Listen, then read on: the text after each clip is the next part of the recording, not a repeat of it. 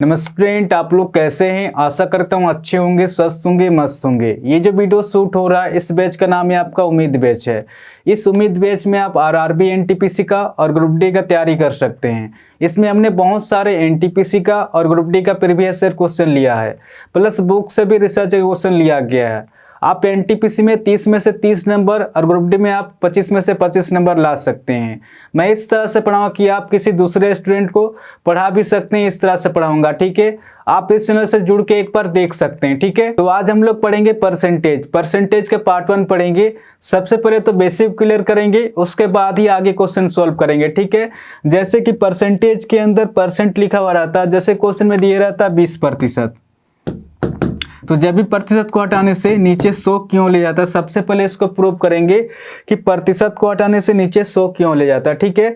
इसी के अंदर छुपा हुआ है कि प्रतिशत को हटाने से नीचे 100 क्यों ले जाता है। जैसे कि पर मतलब क्या होता है, पर मतलब होता है आपका आउट ऑफ होता है। सेंट मतलब क्या होता है आपका, सेंट मतलब होता है आपका 100, यानी कि 100 का कौन सा भाग। जैसे क्वेश्चन में दिया रहता है 20%, ये जो 20 से 100 का कौन सा भाग है, 20 का 20, 20 25 100, यानी कि 1/5 निकल के आ रहा। ये जो 20 से 100 का 5वां भाग है। ऐसे 5 20 20 मिलकर 100 बना सकते हैं। आप इसको इस तरह समझ सकते हैं। जैसे क्वेश्चन में लिखे रहता है, क्वेश्चन में दिया रहता है 20%, प्रतिशत मतलब परसेंटेज। ये जो 20 से 100 का कौन सा भाग है, 20 का 20, 20 25 100, यानी कि 1/5 निकल के आ रहा। तो 20% को मैं लिख सकता हूँ फ्रैक्शन में 1/5। अगर क्वेश्चन आपसे अगर इस तरह से देगा 5%, प्रतिशत मतलब परसेंटेज। ये जो 5 है 100 का कौन सा भाग है, 5 का 5, 5 दूना 10, 0, यानी कि 1/20 निकल के आ रहा। तो 5% को मैं लिख सकता हूँ 1/20, ठीक है। तो इसी तरह से सॉल्व करना है। अगर आपसे अगर इस तरह से देगा 16 सही 2/3%, ये फ्रैक्शन में कितना होगा। अब इसको सॉल्व करेंगे, कितना होगा ये 16 3 तो 50, यानी कि 50/3 निकल के आ रहा, ठीक है। और जब भी प्रतिशत को हटाएंगे तो 100 से भाग देंगे, क्योंकि ये बट्टा के नीचे में आ जाएगा। अब इसको सॉल्व करेंगे, 50 से का 50, 50 दूना 100, यानी कि 1/3 दूना 6, यानी कि 1/6 निकल के आ रहा। जब भी 16 सही 2/3% को फ्रैक्शन में सॉल्व करेंगे तो 1/6 निकल के आएगा। अगर आपसे अगर इस तरह से पूछेगा कि 20% ये फ्रैक्शन में कितना होगा, अब इसको सॉल्व करेंगे। जब भी प्रतिशत को हटाएंगे 100 से भाग देंगे, 20 का 20, 20 25 100, यानी कि 1/5 निकल के आ रहा। जब भी 20% को फ्रैक्शन में सॉल्व करेंगे 1/5 निकल के आएगा, ठीक है। इसी तरह से सॉल्व करना है। अगर आपसे अगर इस तरह से पूछेगा 16 से 2/3% फ्रैक्शन में कितना होता है, ये होता है आपका 1/6 होता है। और 20% फ्रैक्शन में कितना होता है, 1/5 होता है। अगर आपसे अगर इस तरह से पूछेगा कि कोई संख्या 6 है, इस 6 का 16 से 2/3% कितना होगा। अब इसको सॉल्व करेंगे। इस 6 का 16 से 2/3%, जब 16 से 2/3% को फ्रैक्शन में सॉल्व करेंगे 1/6 आएगा। 6 से 6 कट जा रहा। आप देख सकते हैं यहाँ पर भी 1 है, यहाँ पर भी 1 है। तो इसमें साफ साफ यही पता चल रहा कि इस 6 का 16 से 2/3% निकाल रहे हैं तो 1 निकल के आ रहा है। हमेशा ऊपर वाला संख्या निकल के आता है, ठीक है। अगर आपसे अगर इससे पूछेगा कि कोई संख्या 5 है, तो इस 5 का 20% कितना होगा। अब इसको सॉल्व करेंगे। इस 5 का 20%, जब 20% को फ्रैक्शन में सॉल्व करेंगे 1/5 आएगा। 5 से 5 घट जा रहा। आप देख सकते हैं यहाँ पर भी 1 है और यहाँ पर भी 1 है। इसमें साफ साफ यही पता चल रहा कि इस 5 का 20% निकाल रहे हैं तो हमेशा ऊपर वाला संख्या निकल के आ रहा, ठीक है। अगर 16 से 2/3% का फ्रैक्शन अगर 1/6 है, तो इस 6 का 16 से 2/3% निकालेंगे तो हमेशा ऊपर वाला संख्या निकल के आएगा, ठीक है। अगर 20% का फ्रैक्शन अगर 1/5 है, तो इस 5 का 20% निकालेंगे तो हमेशा ऊपर वाला संख्या निकल के आएगा, ठीक है। अगर आपसे अगर इससे पूछेगा कि 6 रुपये की वस्तु पर मुझे 16 से 2/3% का लाभ हो रहा, तो 6 का 16 से 2/3% कितना होगा, 1 होगा। हमेशा ऊपर वाला संख्या निकल के आता है। तो जैसे ही 6 रुपये की वस्तु पर मुझे 1 रुपये का लाभ होगा तो मैं कितना रुपये बेच दूंगा, 7 रुपये बेच दूंगा, ठीक है। आप इसको इस तरह से समझ सकते हैं। जैसे कि 5 रुपये की वस्तु पर 20% का लाभ हो रहा, तो इस 5 का 20% कितना हो जाएगा, 1 होगा। हमेशा ऊपर वाला संख्या निकल के आता है। तो 5 रुपए की वस्तु पर 1 रुपए का लाभ लेकर मैं कितना रुपए बेच दूंगा, 6 रुपए में बेच दूंगा। ठीक है, आप इसको इस तरह से समझ सकते हैं। अगर आपसे इस तरह से पूछेगा कि 5 रुपए की वस्तु पर 20% का हानि हो रहा है, तो इस 5 का 20% कितना हो जाएगा, 1 होगा। हमेशा ऊपर वाला संख्या निकल के आता है। तो 5 रुपए की वस्तु पर 1 रुपए का हानि लेके कितना रुपए बेच दूंगा, 4 रुपए में बेच दूंगा। ठीक, कुछ नहीं करना है। अगर लाभ होता तो नीचे वाला संख्या से ऊपर वाला संख्या जुड़ जाता है, अगर हानि होगा तो नीचे वाला संख्या से ऊपर वाला संख्या घट जाता है। ठीक है, अब मैं मेन प्रतिशत लिखवा देता हूं जो एग्जाम में अधिकतर आते हैं। ठीक है, जैसे कि आपका 1/2 कितना होता है, ये होता है आपका 50%। और 1/3 कितना होता है, ये होता है आपका 33 से 1/3%। और 1/4 कितना होता है, ये आपका 25%। और 1/5 कितना होता है, ये होता है आपका 20%। और 1/6 कितना होता है, ये होता है आपका 16 से 2/3%। और 1/7 ये कितना होता है, 14 से 2/7%। 1/8 होता है ये आपका 12 से 1/2%। और 1/9 होता है, ये होता है आपका 11 से 1/9%। 1/10 होता है ये आपका 10%। 1/11 होता है आपका 9 से 1/11%। 1/12 होता है 8 से 1/3%। और ये होता है आपका 1/20 कितना होता है, ये होता है आपका 5%। और 1/25 से कितना होता है आपका, ये होता है आपका 4%। 3/8 होता है आपका 37 से 1/2%।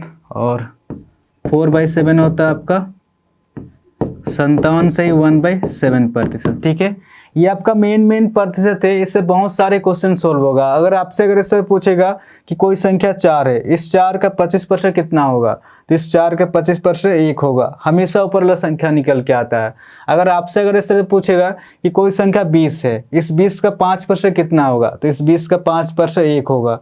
हमेशा ऊपर वाला संख्या निकल के आता है। ठीक है, आप निकाल के भी देख सकते हैं। इस 4 का 25%, जब 25% को फ्रैक्शन में सोल्व करेंगे 1/4 आएगा। 4 से 4 कट जा रहा, आप देख सकते हैं यहाँ पर भी 1 है, यहाँ पर भी 1 है। तो इसमें साफ साफ यही पता चल रहा है कि इस 4 का 25% निकाल रहे हैं तो 1 निकल कर रहा। ठीक है, हमेशा ऊपर वाला संख्या निकल के आता है। ठीक है, इसी फॉर्मेट का यूज करना है, बहुत सारे क्वेश्चन सोल्व होंगे। ठीक है, इसको रट ही लेना है, इससे बहुत सारे क्वेश्चन सोल्व होंगे। ठीक है,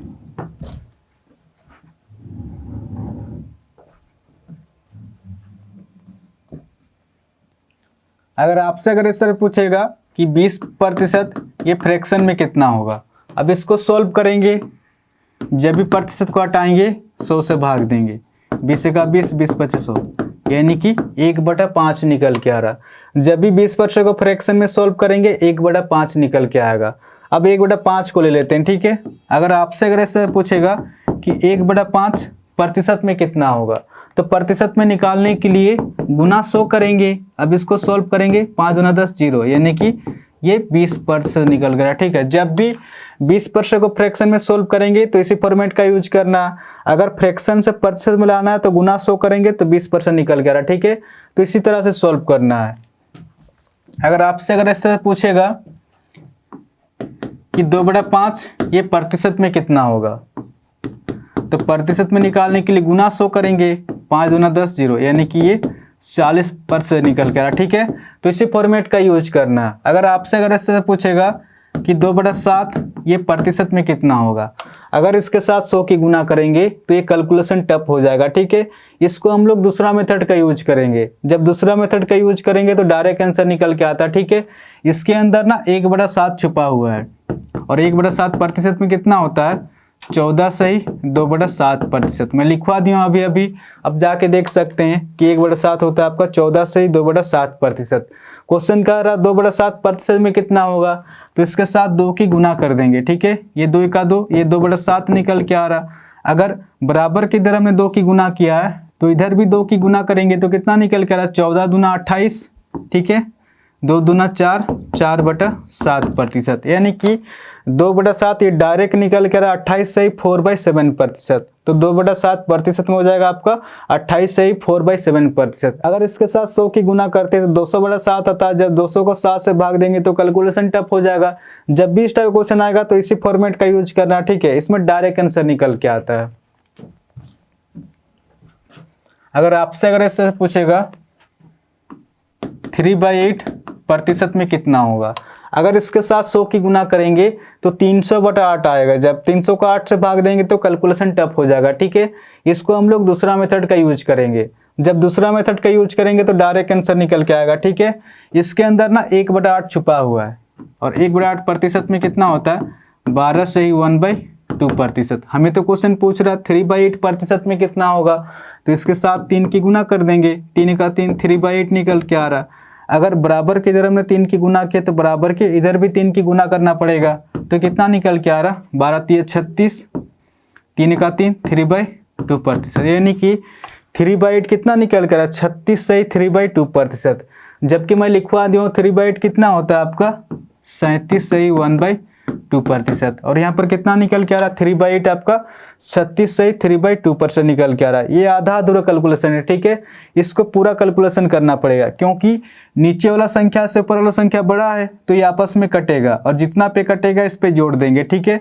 2 1 2 1 पे जा रहा 36 + 1 ये 37 हो जाएगा। 2 1 2 1 हासिल 1/2%। यानी कि 3/8 को लिख सकता हूं मैं 37 सही 1/2%। तो इसी तरह से सोल्व करना, ठीक है। अगर आपसे अगर इसे पूछेगा कि 2/5 ये प्रतिशत में कितना होगा, तो प्रतिशत में निकालने के लिए गुना 100 करेंगे, ठीक है। तो कितना निकल के आ रहा 5 दूना 10 0, यानी कि ये 40% निकल के आ रहा, ठीक है। जब भी इस टाइप का पूछेगा कि 2/5% में कितना होगा तो डायरेक्ट 100 की गुना करेंगे, ठीक है। ये 5 से 100 डायरेक्ट कट रहा तो डायरेक्ट आंसर निकल के आ रहा। बट अगर इस तरह से पूछेगा कि 3/8% में कितना होगा, अगर इसके साथ 100 की गुना करेंगे तो कैलकुलेशन टफ हो जाएगा। कैलकुलेशन टफ नहीं करना, ठीक है। जब भी इस टाइप क्वेश्चन आएगा तो इसी फॉर्मेट का यूज करना है, डायरेक्ट आंसर निकल के आएगा, ठीक है।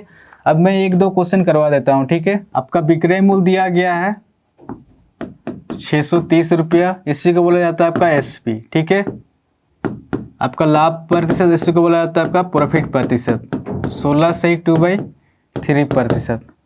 आपसे पूछ रहा है क्रय मूल्य ज्ञात करें, इसी को बोला जाता है आपका सीपी, ठीक है। तो क्वेश्चन आपका दिया गया है 16 सही 2/3% का लाभ लेकर 630 रुपये में बेचा जा रहा, तो खरीदने वाला मूल्य ज्ञात करें क्वेश्चन का रहा। जब भी इस टाइप क्वेश्चन आएगा तो सबसे पहले प्रतिशत को उतारेंगे, ठीक है।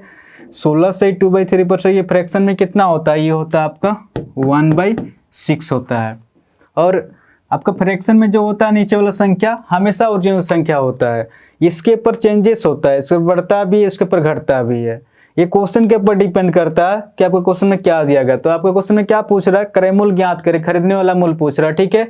तो क्रय मूल्य मान के चल रहा हूं मैं सीपी आपका 6 रुपया, क्योंकि फ्रैक्शन में जो होता है नीचे वाला संख्या हमेशा ओरिजिनल संख्या होता है। तो 6 रुपये की वस्तु पर मुझे 16 सही 2/3% का लाभ हो रहा है, क्योंकि यहाँ पर लाभ प्रतिशत दिया गया है। तो 6 रुपये की वस्तु पर 16 सही 2/3% का लाभ हो रहा है, यानी कि 1 रुपये का लाभ हो रहा है। तो जैसे ही 6 रुपये की वस्तु पर मुझे 1 रुपये का लाभ हो रहा है तो मैं कितना बेच दूंगा 7 रुपये में बेच दूंगा। इस डाटा के अनुसार तो 7 रुपये में बेचा जा रहा है, बट 7 रुपये में नहीं बेचा जाता है। एक्चुअली में आपका डाटा दिया गया विक्रय मूल्य 630 है। इस 7 से 630 कितना होने ज़्यादा है, ये अपने आप से 7 9 63 0, यानी कि 90 गुना ज़्यादा। तो क्वेश्चन क्या कर रहा है, क्रय मूल्य ज्ञात करें, यानी कि खरीदने वाला मूल्य पूछ रहा, ठीक है। तो खरीदने वाला मूल्य हमने 6 माना था, 6 ना होकर अपने आप से इसी 90 के साथ गुना करेंगे, कितना हो जाएगा 9 छक 54, यानी कि 540 हो जाएगा, ठीक है। तो इस क्वेश्चन का जो आंसर हो जाएगा आपका 540 हो जाएगा। बहुत सारे स्टूडेंट को कंफ्यूज होता होगा कि नीचे वाला संख्या को हमेशा खरीदने वाला मूल्य क्यों ले जाता है, ठीक है। सबसे पहले इसको प्रूव करेंगे कि नीचे वाला संख्या को हमेशा खरीदने वाला मूल्य क्यों ले जाता है। जैसे कि मान के चलते हैं कि मैं कोई वस्तु खरीदा हूँ 100 रुपया में, ठीक है, और किसी दूसरे व्यक्ति को मैं बेच दे रहा हूँ 110 रुपया में, तो मुझे कितना रुपये का लाभ हो रहा, मुझे 10 रुपये का लाभ हो रहा। किस पर, 100 रुपये पर। और 100 रुपये मेरा क्या था, खरीदने वाला मूल्य था। तो इसी बात को अगर दूसरी तरह से समझने से, जैसे कि 100 रुपये की वस्तु को मैं बेच दे रहा हूँ आपका 90 रुपया में, तो मुझे कितना रुपये का हानि हो रहा, 10 रुपये का हानि हो रहा। किस पर, 100 रुपये पर। और 100 रुपये मेरा क्या था, खरीदने वाला मूल्य था। तो लाभ हो या हानि हो हमेशा खरीदने वाला मूल्य पर ही होता है, ठीक है। इसीलिए नीचे वाला संख्या को हमेशा खरीदने वाला मूल्य लिया जाता है। ठीक है, इस पर लाभ भी होता है, इस पर हानि भी होता है। ये क्वेश्चन के ऊपर डिपेंड करता है कि आपको क्वेश्चन में क्या दिया गया। तो इस क्वेश्चन में क्या दिया गया, लाभ दिया गया, तो 6 रुपए के वस्तु पर 16 से 2/3% का लाभ हो रहा। तो इस 6 का 16 से 2/3% कितना होगा, 1 होगा, 1 रुपए का लाभ। तो जैसे ही 6 रुपए की वस्तु पर 1 रुपए का लाभ हो रहा, तो मैं कितना रुपए बेच रहा हूँ, 7 रुपए बेच रहा हूँ। बट 7 रुपए में नहीं बेचा जाता, 630 में बेचा जाता है। इससे कितना गुना जाता है, 90 गुना जाता है। तो इसी प्रकार ये 6 ना होकर 90 गुना जाता, 540 हो जाएगा। ठीक है, तो इस क्वेश्चन का जो आंसर हो जाएगा 540 हो जाएगा। अगर आपसे अगर इससे पूछेगा कि 6 रुपए की वस्तु पर 16 से 2/3% की हानि, यानी कि 6 का 16 से 2/3% कितना होगा, 1 होगा, 1 रुपए की हानि। तो 6 रुपए में 1 रुपए माइनस करके कितना रुपए बेचा जाएगा, 5 रुपए बेचा जाएगा। ठीक है, तो इसी तरह से सोल्व करना। ठीक है, अब समझ में आ गया होगा कि नीचे वाला संख्या को ही हमेशा खरीदने वाला मूल्य क्यों ले जाता है। ठीक है, जितना भी परसेंटेज का बेसिक चीजें था हमने सारा बता दिया है। कल से हम लोग क्वेश्चन करेंगे। ठीक है, अगर वीडियो अगर अच्छा लगा तो चैनल को शेयर एंड सब्सक्राइब जरूर कीजिए। तो आज के लिए इतना ही, फिर नेक्स्ट वीडियो मिलेंगे। धन्यवाद।